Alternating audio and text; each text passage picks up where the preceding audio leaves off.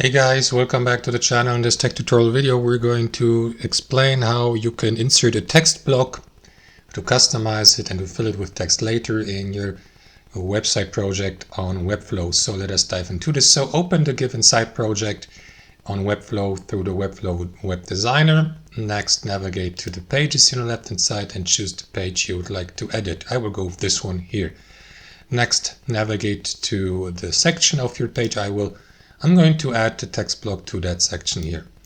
What you want to do to achieve this is click into this Add Elements button in the top left, switch to Elements, and here under Typography, you will see the text block. Drag it to your section, and then you may double click into the text to change the text, to customize it, to enter your, example text here for the sake of this tutorial. And here on the right hand side you will see the style of the text. You may go through it, for instance, change the layout, the spacing, the size, the position, go through typography, customization, click into settings here, for instance. Here you can change the text again, so by double clicking here or here into the text field, and so on and so forth, guys.